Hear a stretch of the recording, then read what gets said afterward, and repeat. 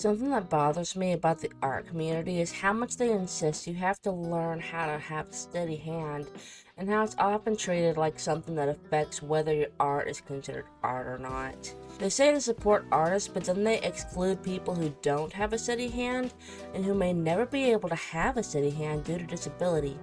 But you can create great things with scribbles and kaleidoscope filters, and you can make pretty sparkle diamonds with curves and the symmetry tool, and you can make hearts with circles and lines, and you can make beautiful stained glass. You can do all of that with a mouse, and without having to worry about your hands shaking.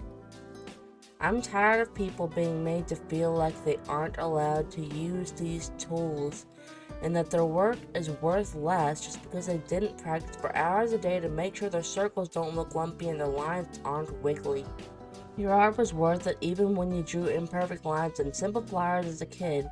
Your worth isn't defined by how fast you speedrun carpal tunnel, and this shit makes me fucking hate the art community.